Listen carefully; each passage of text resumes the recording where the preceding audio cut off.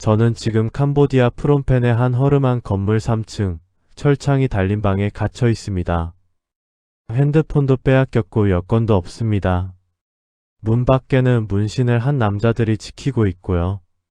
제가 이곳에 온 지 벌써 열흘째입니다.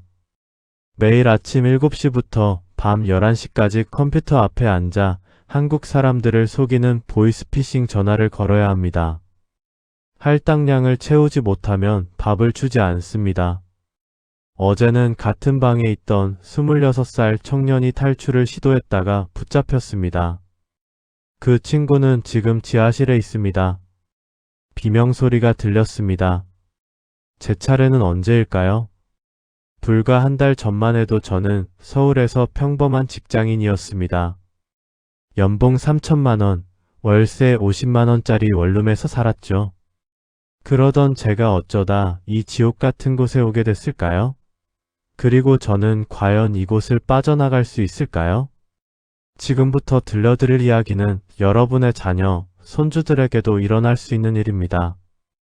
이야기를 시작하기 전에 구독 버튼을 눌러주시면 오늘 여러분의 선택이 가족을 지키는 첫걸음이 될 겁니다. 제 이름은 김민수입니다. 올해 32살이고요. 그때까지만 해도 평범한 회사원이었습니다. 대학을 졸업하고 중소기업에 취직했지만 솔직히 말씀드리면 미래가 보이지 않았습니다. 5년을 다녔는데 월급은 거의 그대로였고 승진은 요원했습니다. 부모님께서는 시골에서 농사를 지으시는데 제가 도와드릴 형편도 안 됐습니다. 속으로 생각했죠. 이렇게 살다가는 평생 이 좁은 원룸에서 벗어나지 못하겠구나.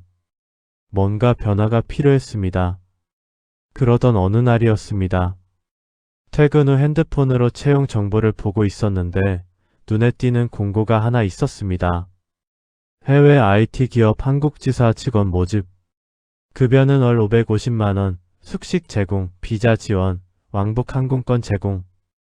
업무 내용은 고객 상담 및 관리라고 적혀 있었습니다. 저는 순간 가슴이 뛰었습니다. 지금 받는 월급의 2배가 넘는 금액이었으니까요. 하지만 동시에 의심도 들었습니다. 이렇게 좋은 조건이 진짜일까? 혹시 사기는 아닐까? 고민하다가 다음날 점심시간에 그 번호로 전화를 걸었습니다. 받는 사람은 정중한 목소리의 여성이었습니다. 자신을 김소연 대리라고 소개하더군요. 회사는 동남아시아에서 IT 솔루션 사업을 하는 글로벌 기업이고 한국인 고객들을 위한 상담 인력이 필요하다고 했습니다. 저는 조심스럽게 물었습니다. 혹시 불법적인 일은 아니죠? 김 대리는 웃으며 대답했습니다. 전혀요. 정식으로 등록된 회사고 비자도 정규 취업 비자를 받으실 겁니다. 걱정 마세요. 그리고 이렇게 말했습니다. 민수 씨 같은 분이 저희가 찾던 인재세요. 이력서를 보니 성실하게 한 직장에서 오래 근무하셨더라고요. 바로 그런 분을 원합니다. 저는 그 말에 마음이 흔들렸습니다. 누군가 제 가치를 알아봐 주는 것 같았거든요. 현재 직장에서는 한 번도 그런 말을 들어본 적이 없었습니다. 김 대리는 계속해서 말했습니다. 일단 서류를 보내주시면 1차 검토 후 면접 일정을 잡겠습니다. 면접은 화상으로 진행되고요. 합격하시면 출국 준비를 도와드립니다. 저는 그날 저녁 이력서를 작성해서 보냈습니다. 이틀 후 면접 연락이 왔습니다. 면접은 화상으로 진행됐습니다. 상대방은 정장을 입은 40대 남성으로 자신을 박진우 부장이라고 소개했습니다. 배경에는 깔끔한 사무실이 보였고 회사 로고가 적힌 벽도 보였습니다. 박 부장은 제 경력에 대해 물었고 왜 해외 취업을 희망하는지 물었습니다. 저는 솔직하게 대답했습니다. 더 나은 기회를 찾고 싶고 새로운 환경에서 도전하고 싶다고요. 박 부장은 고개를 끄덕이며 말했습니다. 좋습니다. 민수 씨는 우리 팀에 잘 맞을 것 같네요. 합격입니다. 다음 주부터 출국 준비를 시작하시면 됩니다. 저는 믿을 수 없었습니다. 이렇게 쉽게 합격이라니. 하지만 기뻤습니다. 드디어 제 인생에 변화가 생기는구나. 그날 저녁 부모님께 전화를 드렸습니다. 아버지는 조심스럽게 물으셨습니다. 민수야, 해외 취업이라니. 혹시 위험한 거 아니냐? 저는 자신 있게 대답했습니다. 아니에요, 아버지. 정식 회사고 비자도 다 해주는 곳이에요. 걱정하지 마세요. 어머니는 조용히 말씀하셨습니다. 그래도 조심해라. 혹시 모르니까. 자주 연락하고. 저는 네, 그럴게요. 라고 대답했습니다. 속으로는 생각했습니다. 부모님께 효도할 수 있는 기회가 드디어 왔구나. 저는 올해 65입니다. 평생 농사 지으며 아들 하나 키웠습니다. 대학 보낼 돈도 없어서 학자금 대출받고 끼니를 걸으면서까지 뒷바라지했습니다. 그렇게 키운 아들이 대학 졸업하고 취직했을 때는 정말 기뻤습니다. 이제는 고생 끝이구나 싶었습니다. 그런데 지난 2월 민수에게서 전화가 왔습니다. 어머니, 저 해외 취업하려고요. 저는 깜짝 놀랐습니다. 해외 취업이라니 그게 무슨 소리냐고 물었습니다. 민수는 설명했습니다. 캄보디아에 있는 IT 회사에서 제안이 왔어요. 월급이 지금보다 2배나 많고 숙소도 제공하고 항공권도 회사에서 준대요. 저는 불안했습니다. 캄보디아라니 그게 어디 있는 나라인지도 잘 몰랐습니다. 그리고 왜 좋은 회사가 우리 아들을 원하는지도 의아했습니다. 저는 조심스럽게 물었습니다. 민수야, 혹시 위험한 거 아니냐? 민수는 웃으며 대답했습니다. 아니에요, 어머니. 정식 회사고 비자도 다 해주는 곳이에요. 걱정하지 마세요. 남편과 상의했습니다. 남편은 고개를 저었습니다. 뭔가 이상해. 그렇게 좋은 조건이 어디 있어? 하지만 아들은 이미 마음을 정한 것 같았습니다. 다음 날 다시 전화했을 때 민수는 말했습니다. 저 회사 그만두고 다음 주에 출국해요. 저는 가슴이 철렁했습니다. 벌써 회사를 그만뒀다고? 출국 전날 밤 저는 잠을 이루지 못했습니다. 왠지 모를 불안감이 계속 들었습니다. 남편에게 말했습니다. 여보, 우리 민수 괜찮겠죠? 남편도 걱정스러운 표정이었습니다. 괜찮겠지. 우리 아들 똑똑한데 뭐. 하지만 그의 목소리에도 확신은 없었습니다. 일주일 후 저는 회사에 사직서를 냈고 원룸 계약도 정리했습니다. 친구들에게 작별 인사를 했습니다. 모두들 부러워했습니다. 야, 너 대단하다. 해외 취업이라니. 잘 다녀와. 출국 전날 밤 저는 짐을 꾸리면서 설렜습니다. 새 인생이 시작되는 거였으니까요. 하지만 한편으로는 막연한 불안감도 들었습니다. 정말 괜찮은 걸까? 혹시 내가 모르는 뭔가가 있는 건 아닐까? 하지만 저는 그 생각을 떨쳐냈습니다. 이미 회사도 그만뒀고 집도 정리했는데 지금 와서 포기할 수는 없었습니다. 다음 날 인천공항에서 저는 김대리를 처음 만났습니다. 그녀는 전화 목소리처럼 친절했고 30대 중반쯤 되어 보였습니다. 민수 씨 반갑습니다. 오늘부터 좋은 인연이 되길 바래요. 그녀는 제게 항공권과 여행 경비 50만 원을 건넸습니다. 이건 초기 정착 비용이에요. 현지 도착하면 숙소로 안내해 드릴 겁니다. 저는 감사하다고 인사했습니다. 비행기에 오르면서 저는 창밖을 내다봤습니다. 서울의 야경이 점점 멀어졌습니다. 이제 새로운 시작이다. 저는 그렇게 믿었습니다. 민수가 출국한 지 이틀 후 문자가 왔습니다. 어머니, 잘 도착했어요. 일 배우느라 바빠서 전화는 나중에 할게요. 저는 안심했습니다. 다행이다. 무사히 도착했구나. 하지만 그게 마지막 연락이었습니다. 그 후로 일주일이 지나도 연락이 없었습니다. 저는 민수에게 전화를 걸었습니다. 하지만 전화는 받지 않았습니다. 문자를 보냈지만 읽지도 않았습니다. 저는 점점 불안해졌습니다. 캄보디아 프롬펜 공항에 도착한 건 밤 10시쯤이었습니다. 공항은 생각보다 낡았고 습한 열기가 확 몰려왔습니다. 입국 심사를 마치고 나오니 한국인으로 보이는 남자 2명이 제 이름이 적힌 팻말을 들고 서 있었습니다. 그들은 자신들을 이철수, 강민호라고 소개했습니다. 모두 회사 직원이라고 했죠. 이 부장은 환하게 웃으며 말했습니다. 민수 씨, 먼 길 오느라 고생했어요. 차 준비돼 있으니 숙소로 가시죠. 저는 그들을 따라 주차장으로 갔습니다. 차는 검은색 SUV였는데 창문에 썬팅이 진하게 돼 있었습니다. 차 안에서 강대리가 물었습니다. 첫 해외 생활이시죠? 긴장되시겠어요? 저는 네, 조금이요 라고 대답했습니다. 이 부장이 말했습니다. 걱정 마세요. 우리가 다 챙겨드릴 겁니다.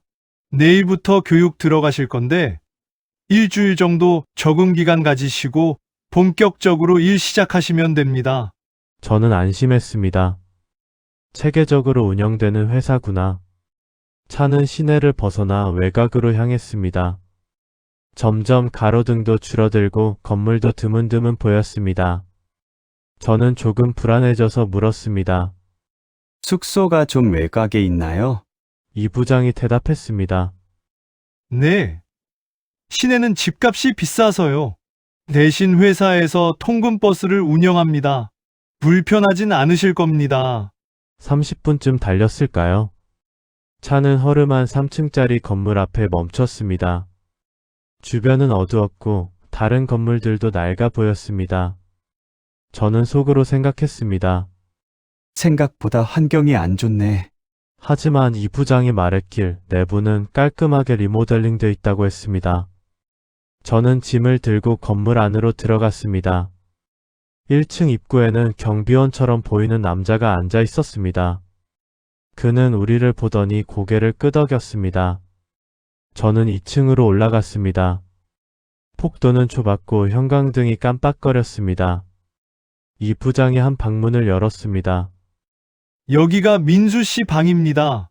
룸메이트 2분이 계세요. 방 안으로 들어가니 더블 침대 2개와 2층 침대 하나가 있었습니다. 좁은 공간에 침대가 빽빽하게 들어차 있었죠. 2명의 남자가 침대에 앉아 있었습니다. 한 명은 20대 후반으로 보였고 다른 한 명은 30대 초반쯤 돼 보였습니다. 이 부장이 소개했습니다. 이쪽이 최준혁 씨고 여기가 박상우 씨예요. 둘 다 한 달 전에 입사하셨어요. 민수 씨 좀 잘 도와주세요. 두 사람은 무표정하게 고개를 끄덕였습니다. 눈빛이 피곤해 보였습니다. 이 부장이 말했습니다. 오늘은 푹 쉬시고 내일 아침 7시에 식당에서 아침 먹고 교육 시작합니다. 휴대폰은 회사에서 새로 지급할 거니까 한국폰은 제출해 주세요. 보안상 이유로 개인폰 사용이 금지돼 있거든요. 저는 깜짝 놀랐습니다. 핸드폰을 내라고요? 이 부장이 설명했습니다. 고객 정보 보호 때문에요. 요즘 개인정보 유출 문제가 심각하잖아요. 회사에서 보안이 강화된 업무용 폰을 드릴 겁니다. 저는 망설였습니다. 하지만 거부할 분위기가 아니었습니다. 다른 두 사람도 이미 제출한 것 같았고요. 저는 핸드폰을 꺼내 건넸습니다. 이 부장은 웃으며 받아들었습니다. 내일 새 폰 드릴게요. 그는 문을 닫고 나갔습니다. 딸깍 소리가 났습니다. 문이 잠긴 소리였습니다. 저는 깜짝 놀라 문을 열어봤습니다. 잠겨 있었습니다. 밖에서 잠근 거였습니다. 저는 다급하게 문을 두드렸습니다. 저기요! 문이 안 열려요! 폭도에서 이 부장의 목소리가 들렸습니다. 아, 보안상 밤에는 자동으로 잠기게 돼 있어요. 아침에 열어드릴게요. 편히 쉬세요. 발소리가 멀어졌습니다. 저는 당황해서 룸메이트들을 봤습니다. 최준혁이 조용히 말했습니다. 여기 그래요. 처음엔 다 놀라요. 박상우가 덧붙였습니다. 항의해봤자 소용없어요. 그냥 수능하는 게 나아요. 저는 침대에 앉았습니다. 뭔가 이상했습니다. 이건 정상적인 회사가 아닌 것 같았습니다. 저는 최준혁에게 물었습니다. 여기 진짜 IT 회사 맞나요? 어떤 일을 하는 거예요? 최준혁은 한참을 망설이다가 작은 목소리로 말했습니다. 보이스피싱이요. 저는 충격을 받았습니다. 뭐라고요? 최준혁이 계속 말했습니다. 한국 사람들한테 전화해서 금융 사기를 치는 거예요. 검찰청 직원이라고 속이고 계좌를 옮기라고 하고. 저는 숨이 막혔습니다. 박상우가 말했습니다. 저도 처음엔 모르고 왔어요. 고객 상담이라고 해서. 근데 오고 나니 여권 빼앗기고, 폰 빼앗기고, 도망치려고 해도 방법이 없어요. 저는 머리가 하얘졌습니다. 제가 속은 거였습니다. 이건 취업이 아니라 납치였습니다. 저는 일어나서 창문으로 갔습니다. 창문에는 철창이 달려 있었습니다. 밖을 내다보니 1층 입구에 경비원 2명이 담배를 피우며 서 있었습니다. 허리춤에 뭔가 차고 있었습니다. 무기처럼 보였습니다. 저는 다리에 힘이 풀렸습니다. 속으로 생각했습니다. 어떻게 하지? 여기서 어떻게 빠져나가지? 부모님께서 걱정하실 텐데. 저는 그날 밤 한숨도 자지 못했습니다. 2주가 지났습니다. 저는 더 이상 참을 수 없었습니다. 경찰서에 찾아갔습니다. 아들과 연락이 안 된다고 해외에 나갔는데 소식이 없다고 말했습니다. 경찰관은 진지하게 들으시더니 말씀하셨습니다. 어머니, 혹시 아드님이 어느 나라로 갔다고 하셨죠? 캄보디아에? 최근 그쪽에서 취업 사기가 많이 발생하고 있습니다. 한국 젊은이들을 속여서 보이스피싱 조직에 투입하는 사건들이요. 저는 머리가 하얘졌습니다. 보이스피싱이라니. 그게 무슨 말입니까? 경찰관이 설명해 주셨습니다.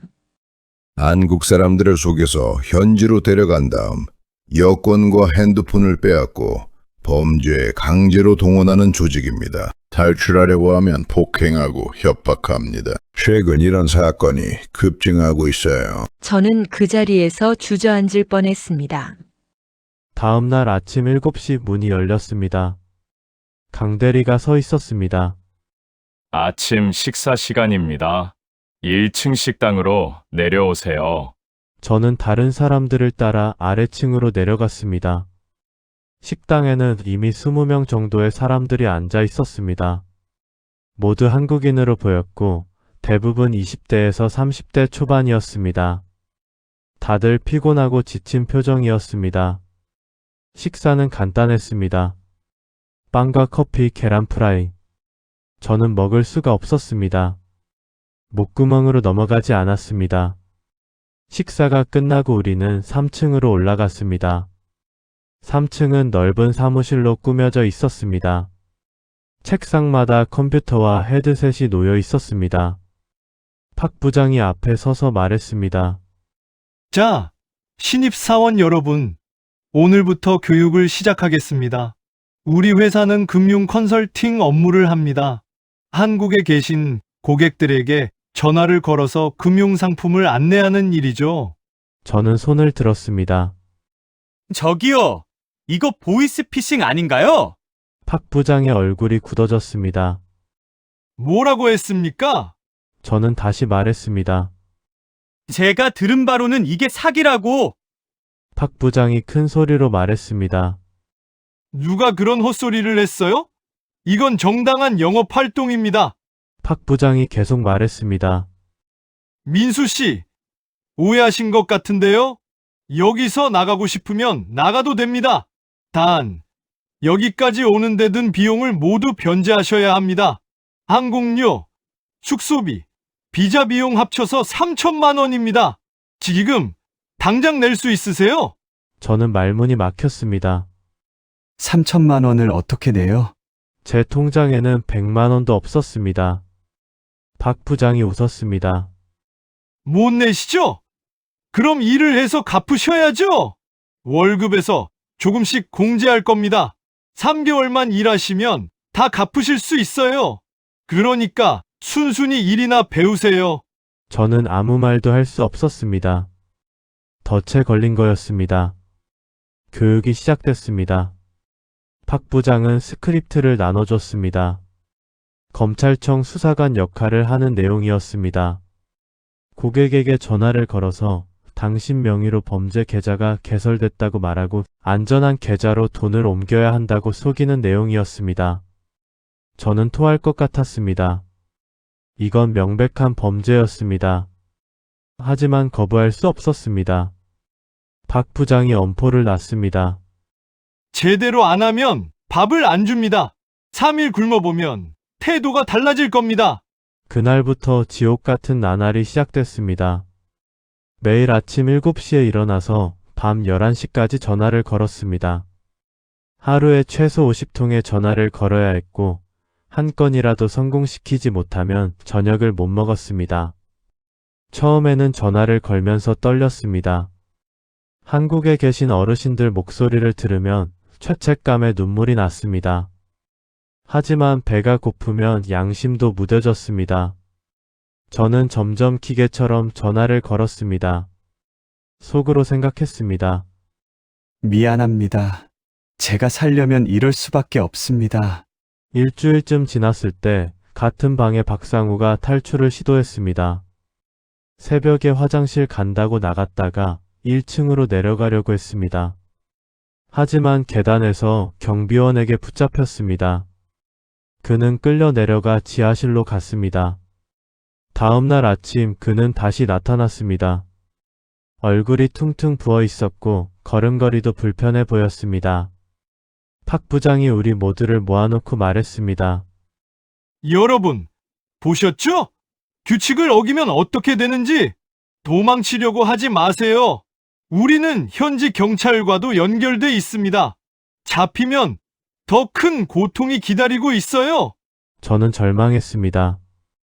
여기서 빠져나갈 방법이 없어 보였습니다. 여권도 없고 돈도 없고 연락할 방법도 없었습니다. 부모님께서는 제가 잘 지내고 있는 줄 아실 겁니다. 처음 일주일 동안은 제 한국폰으로 누군가 가족들에게 문자를 보냈습니다. 잘 도착했어요. 일 배우느라 바빠서 전화는 나중에 할게요. 부모님은 그 문자를 보고 안심하셨겠죠. 하지만 그 후로는 연락이 끊겼습니다. 부모님께서 얼마나 걱정하실까요? 3주가 지났습니다.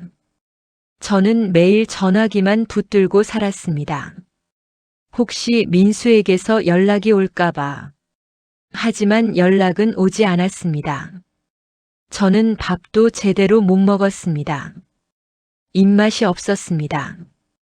밤에는 악몽을 꿨습니다. 민수가 어딘가에 갇혀서 저를 부르는 꿈. 저는 달려가려고 하는데 다리가 움직이지 않는 꿈. 저는 날이 갈수록 야위어 갔습니다. 한 달째 되던 날 낯선 번호로 전화가 왔습니다. 저는 황급히 받았습니다. 여보세요? 상대방은 남자 목소리였습니다. 김민수 씨 어머니시죠? 저는 심장이 쿵쾅거렸습니다. 네, 맞습니다. 우리 아들 아세요? 남자는 차갑게 말했습니다. 아드님은 지금 저희가 보호하고 있습니다.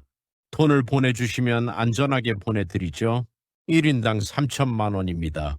저는 떨리는 목소리로 물었습니다.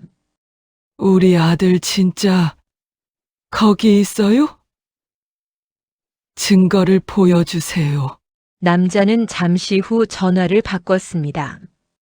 그리고 들려온 목소리, 어머니, 민수였습니다. 제 아들의 목소리였습니다. 민수야. 민수 맞니? 어디 있니? 괜찮니? 어머니가 울음을 터뜨리셨습니다.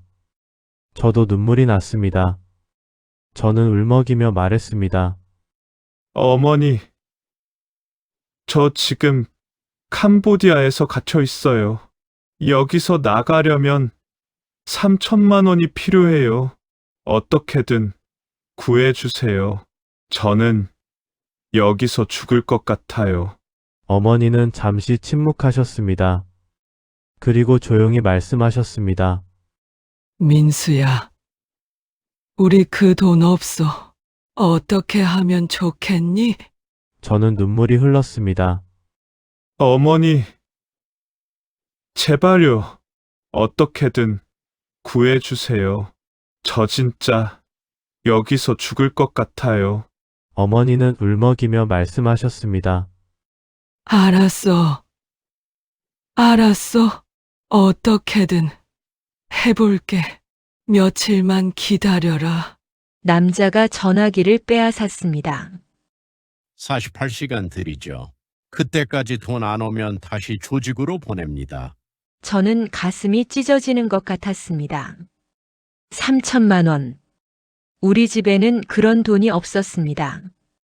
통장에는 100만 원도 안 남아 있었습니다. 하지만 다른 방법이 없었습니다. 저는 남편과 상의했습니다. 남편은 결심한 듯 말했습니다. 대출받자.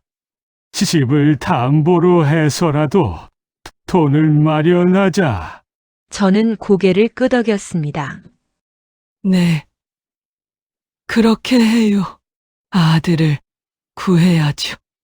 다음 날 저희 부부는 농협에 갔습니다. 대출 담당자에게 사정을 말했습니다. 담당자는 안타까운 표정으로 말했습니다. 어머님, 아드님이 사기를 당하신 것 같은데요. 최근 이런 일이 많이 일어나고 있어요. 경찰에 신고는 하셨나요? 저는 이미 신고했다고 하지만 지금 당장 아들을 구해야 한다고 말했습니다. 담당자는 서류를 준비해 주셨습니다. 집을 담보로 3천만 원을 대출받을 수 있었습니다. 이자는 높았지만 어쩔 수 없었습니다. 저는 떨리는 손으로 서류에 서명했습니다. 이틀 후 대출금이 나왔습니다. 우리는 그 방에서 이틀을 보냈습니다. 밥은 하루에 한 번, 빵 한 조각과 물만 줬습니다. 화장실도 제대로 못 갔습니다. 저는 부모님을 생각했습니다. 3천만 원을 어떻게 구하실까요? 아버지는 농사로 1년에 벌어봤자 2천만 원 남짓입니다. 어머니는 건강이 안 좋으셔서 일을 못 하십니다. 내가 효도는커녕 집만 끼쳤구나. 속으로 생각했습니다. 제가 너무 어리석었습니다. 쉬운 돈을 줬다가 이렇게 됐습니다. 저는 아들에게서 받은 계좌번호로 3천만 원을 송금했습니다. 송금 버튼을 누르는 순간 가슴이 아팠습니다. 평생 농사지어서 번 돈인데. 하지만 아들을 위해서라면 집이라도 팔 수 있습니다. 송금을 마치고 저는 전화를 기다렸습니다. 몇 시간이 지나서 연락이 왔습니다. 송금 확인했습니다. 아드님 내일 오전 비행기로 한국 보내겠습니다. 이틀째 되던 날 오후 남자가 들어왔습니다. 김민수 씨, 송금 확인됐어요. 당신은 나갈 수 있습니다. 저는 믿을 수 없었습니다. 정말요? 남자는 고개를 끄덕였습니다. 부모님께서 대출 받으셨나 봐요. 3천만 원 딱 떨어지게 들어왔어요. 저는 감사하면서도 죄책감이 들었습니다. 부모님께서 대출까지 받으셨구나. 남자는 저를 다른 방으로 데려갔습니다. 여기서 여권과 비행기표를 줄 겁니다. 내일 오전 비행기로 한국 가세요. 그리고 입 조심하세요. 경찰한테 신고하면 당신 가족이 위험해질 겁니다. 우리는 한국에도 사람이 있어요. 저는 두려웠지만 고개를 끄덕였습니다. 다음 날 아침 저는 공항으로 갔습니다. 호송하는 사람이 따라왔습니다. 탑승 수속을 마칠 때까지 옆에서 지켜봤습니다. 저는 출국 심사를 통과하고 비행기에 올랐습니다. 좌석에 앉아서야 긴장이 풀렸습니다. 살았구나. 정말로 한국으로 돌아가는구나. 비행기가 이륙하면서 저는 창밖을 내다봤습니다. 캄보디아가 점점 멀어졌습니다. 제 악몽 같던 45일이 끝나는 순간이었습니다. 다음 날 아침 저희 부부는 인천공항으로 갔습니다. 민수가 타고 온다는 비행기 도착 시간에 맞춰서요. 저는 가슴이 두근거렸습니다. 얼른 아들을 보고 싶었습니다. 그런데 동시에 걱정도 됐습니다. 민수가 얼마나 힘들었을까? 다치지는 않았을까? 비행기가 도착하고 한참을 기다렸습니다. 그리고 드디어 입국장 문이 열렸습니다. 사람들이 하나둘 나왔습니다. 저는 눈을 크게 뜨고 아들을 찾았습니다. 그리고 보였습니다. 민수가 나오고 있었습니다. 인천공항에 도착했을 때 부모님께서 마중 나와 계셨습니다. 어머니는 저를 보자마자 울음을 터뜨리셨습니다. 아버지는 말없이 제 어깨를 두드리셨습니다. 저는 부모님께 고개를 숙였습니다. 죄송해요. 제가 잘못했어요. 어머니는 고개를 저으셨습니다. 무슨 소리야. 살아서 돌아온 게 어디야? 저는 믿을 수 없었습니다. 민수의 모습이 너무 변해 있었습니다. 한 달 반 만인데 10kg는 빠진 것 같았습니다. 얼굴은 헬쑥했고 눈에는 생기가 없었습니다. 저는 달려가서 민수를 껴안았습니다. 민수야. 민수야, 괜찮니? 민수는 제 품에 안겨서 울었습니다. 어머니, 죄송해요. 제가 잘못했어요. 남편도 다가와서 아들의 어깨를 두드렸습니다. 괜찮아. 괜찮아. 살아서 돌아온 게 어디야? 저희는 공항 벤치에 앉아서 한참을 울었습니다. 주변 사람들이 쳐다봤지만 신경 쓰지 않았습니다. 제 아들이 돌아왔습니다. 그것만으로도 감사했습니다. 집으로 가는 차 안에서 저는 말이 없었습니다. 창밖만 멍하니 바라봤습니다. 어머니가 조심스럽게 물으셨습니다. 민수야. 거기서 무슨 일이 있었니? 저는 한참을 침묵하다가 작은 목소리로 말했습니다. 나중에 말씀드릴게요. 지금은 너무 힘들어요. 어머니는 더 이상 묻지 않으셨습니다. 집에 도착해서 저는 제 방으로 들어갔습니다. 그리고 사흘 동안 밖으로 나오지 않았습니다. 어머니는 방문 앞에 밥을 갖다 놨지만 저는 거의 먹지 않았습니다. 일주일쯤 지나서 저는 조금씩 이야기를 시작했습니다. 처음에는 조금씩, 나중에는 울면서. 저는 말했습니다. 저를 속여서 캄보디아로 데려갔어요. 가서 보니 IT 회사가 아니라 보이스피싱 조직이었어요. 여권과 핸드폰을 빼앗기고 철창 달린 방에 갇혀서 하루 종일 한국 사람들에게 사기 전화를 걸어야 했어요. 할당량을 못 채우면 밥을 주지 않았고 도망치려고 하면 폭행당했어요. 어머니는 들으면서 우셨습니다. 아버지도 주먹을 불끈 쥐셨습니다. 저는 계속 말했습니다. 어머니한테 전화했을 때 돈 보내달라고 할 때가 가장 힘들었어요. 제 잘못 때문에 부모님께 짐을 끼치는 게 너무 괴로웠어요. 어머니는 제 손을 잡으셨습니다. 민수야, 내 잘못이 아니야. 누구나 속을 수 있는 정교한 사기였어. 중요한 건 내가 살아서 돌아왔다는 거야. 저는 눈물을 흘렸습니다. 하지만 저는 거기서 나쁜 짓을 했어요. 한국에 계신 분들한테 전화해서 돈을 빼앗았어요. 저는 범죄자예요. 어머니는 고개를 저으셨습니다. 아니야, 넌 피해자야. 강요당해서 어쩔 수 없이 한 거잖아. 아버지도 말씀하셨습니다. 민수야, 내가 잘못한 게 아니야. 그 나쁜 놈들이 잘못한 거지. 그 후 저는 경찰서에 가서 신고를 했습니다. 어머니도 함께 가셨습니다. 경찰관 앞에서 저는 모든 걸 진술했습니다. 어떻게 속았는지, 그곳에서 무슨 일이 있었는지, 누가 조직을 운영하는지. 경찰관은 진지하게 들으시더니 말씀하셨습니다. 민수 씨, 용기 내주셔서 감사합니다. 민수 씨는 피해자이시니까 처벌받지 않으실 겁니다. 그리고 진술 내용은 조직을 잡는데 큰 도움이 될 겁니다. 저는 안도했습니다. 어머니도 안심하셨습니다. 하지만 저의 회복은 쉽지 않았습니다. 밤마다 악몽을 꿨습니다. 비명을 지르며 깨어날 때도 많았습니다. 어머니는 그럴 때마다 제 방으로 오셔서 등을 쓰다듬어 주셨습니다. 괜찮아. 엄마가 여기 있어. 이제 안전해. 저는 전화 소리만 들어도 깜짝 놀랐습니다. 사람들을 만나는 것도 두려워했습니다.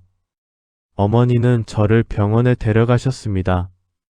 정신과 의사 선생님은 외상 후 스트레스 장애라고 진단하셨습니다. 상담 치료와 약물 치료를 병행하기로 했습니다. 어머니는 저와 함께 매주 병원에 가셨습니다. 천천히 하지만 꾸준히 치료를 받았습니다. 3개월쯤 지나서 저는 조금씩 나아지기 시작했습니다. 악몽을 덜 꿨고 밖에도 나가기 시작했습니다. 어머니는 기뻐하셨습니다. 우리 아들이 회복하고 있구나. 저는 말했습니다. 어머니, 저 다시 일하고 싶어요. 부모님께 빌린 돈도 갚고 제 인생도 다시 시작하고 싶어요. 어머니는 눈물이 나셨습니다. 그래, 민수야. 내가 준비됐다면 해보자. 하지만 이번엔 신중하게 하자.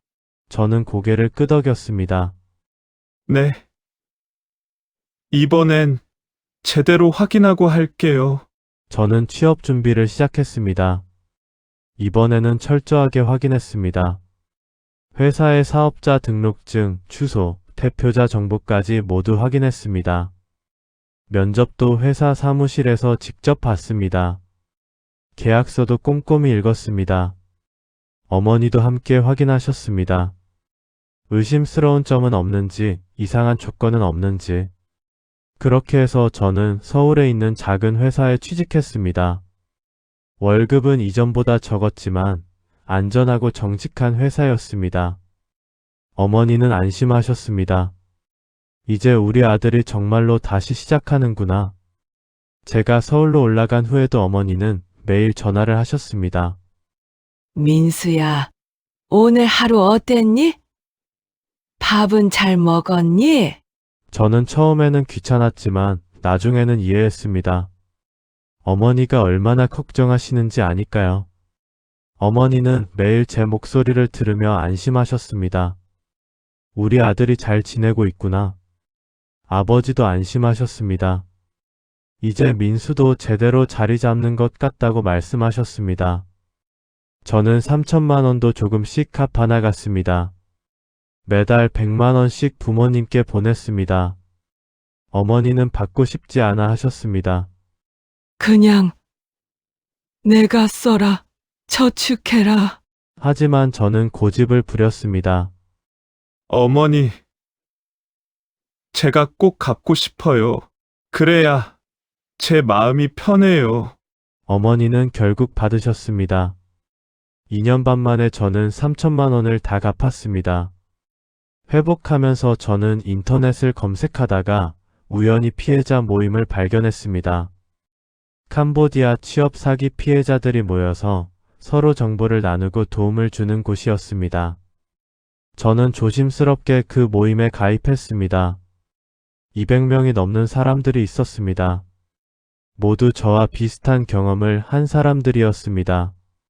어떤 사람은 6개월이나 갇혀 있다가 풀려났다고 했습니다. 어떤 사람은 폭행을 당해서 지금도 병원에 다닌다고 했습니다. 저는 제 경험을 조심스럽게 공유했습니다.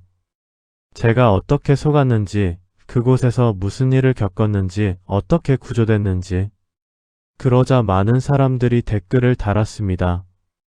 저도요, 저도 똑같았어요. 우리 함께 싸워요. 그 말들을 보면서 저는 깨달았습니다. 나 혼자가 아니구나. 우리가 함께 목소리를 내면 변화를 만들 수 있겠구나. 피해자 모임에서는 공동 대응을 논의했습니다. 언론에 제보하고 국회의원들에게 진정서를 내고 외교부에 구조 요청을 하기로 했습니다. 저도 참여했습니다. 제 이야기를 언론사에 제보했고 기자님과 인터뷰도 했습니다. 얼굴은 가렸지만 목소리로 제 경험을 전했습니다. 기사가 나가자 반응이 뜨거웠습니다. 많은 사람들이 경각심을 가지게 됐습니다. 댓글에는 이런 글들이 달렸습니다. 우리 아들도 해외 취업 알아보고 있었는데 조심해야겠네요. 정말 무서운 세상입니다. 어머니는 처음에 걱정하셨습니다. 민수야, 그런 활동하면 다시 그때 일을 떠올리게 되지 않니? 괜찮겠니? 저는 어머니께 말씀드렸습니다. 어머니, 제 경험이 다른 사람들을 지킬 수 있어요. 제가 당한 고통이 헛되지 않게 하고 싶어요. 어머니는 한참을 생각하시더니 말씀하셨습니다. 그래, 민수야. 내가 하고 싶은 대로 해라. 엄마가 응원할게. 하지만 무리하지는 마라. 정부도 움직이기 시작했습니다. 피해자 모임에서 계속 목소리를 냈고 언론에서도 특집 보도를 했습니다. 외교부에서 캄보디아 등 동남아시아 취업 사기에 대한 경보를 발령했습니다. 해외 안전여행 사이트에 경고문이 올라갔고 주요 언론에서도 보도를 했습니다. 경찰청에서는 전담팀을 꾸려서 국제 공조 수사를 강화했습니다. 저는 이런 변화들을 보면서 생각했습니다. 우리의 목소리가 닿고 있구나. 몇 달 후 피해자 모임을 통해 저는 다른 피해자 가족들도 만나게 됐습니다. 자녀가 해외 취업 사기를 당한 부모님들의 모임이었습니다.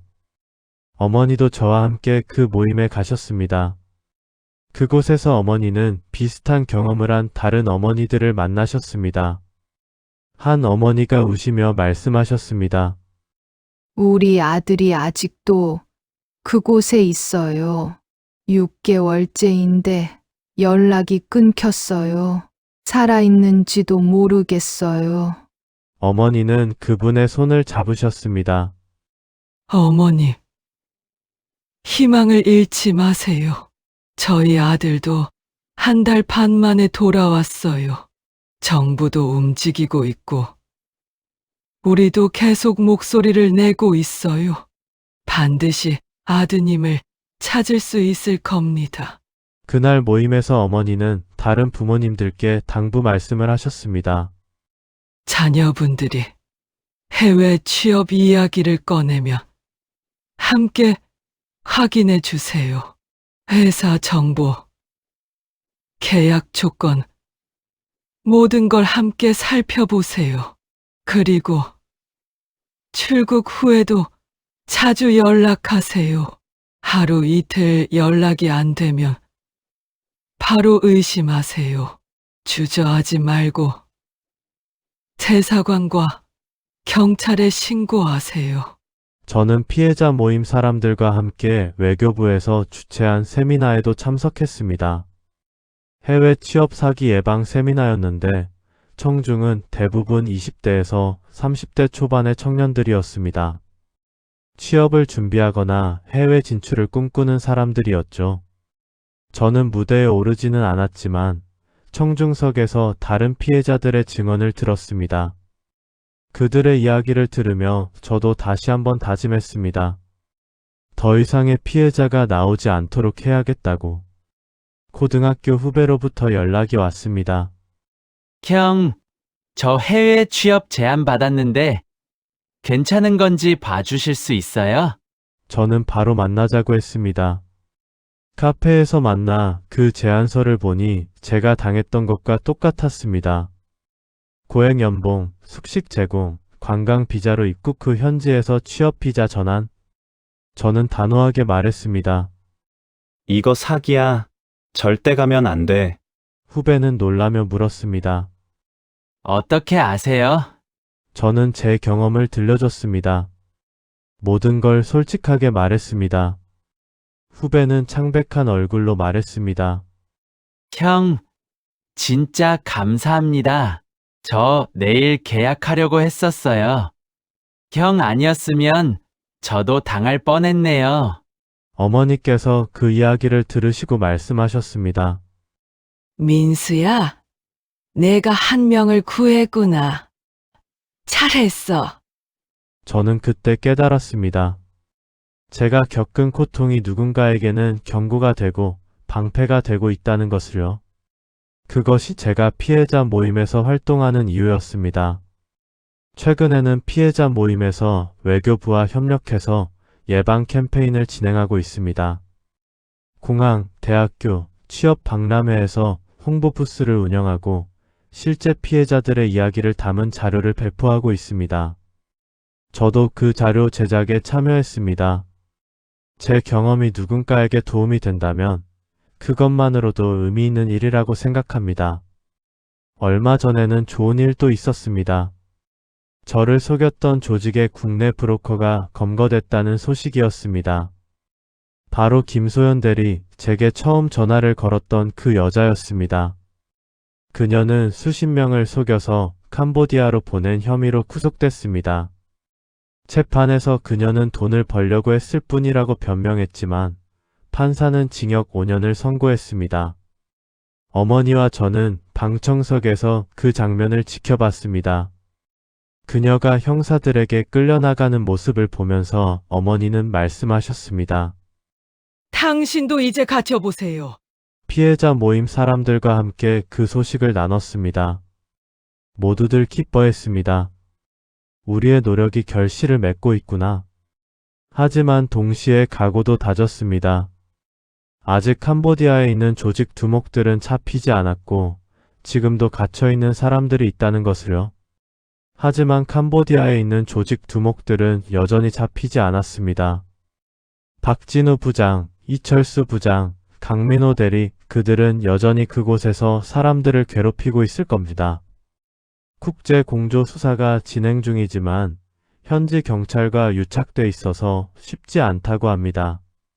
저는 답답했습니다. 지금도 저처럼 갇혀서 고통받는 사람들이 있을 텐데 지금 이 순간에도 어딘가에 저처럼 갇혀있는 젊은이들이 있을 겁니다. 그리고 그 부모님들이 계실 겁니다. 밤잠 못 이루시고 전화기만 붙들고 계실 겁니다. 저는 그분들께 말씀드리고 싶습니다. 희망을 잃지 마세요. 반드시 방법이 있습니다. 포기하지 마세요.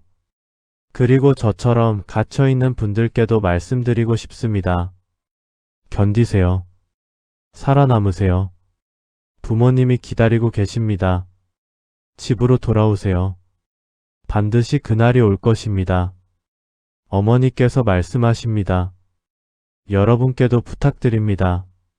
자녀분들을 지켜주세요. 손주분들을 지켜주세요. 해외 취업 이야기가 나오면 함께 확인해 주세요. 의심스러운 점이 있으면 주저하지 말고 신고하세요. 그리고 서로 이야기를 나누세요. 우리 동네에서, 우리 가족에서 이런 사기가 없도록 함께 경계해야 합니다. 저 김민수는 45일간의 지옥을 겪었습니다. 그리고 살아남았습니다. 어머니께서는 3천만 원을 빌려서 저를 구하셨습니다. 그 돈은 제 목숨값이었습니다.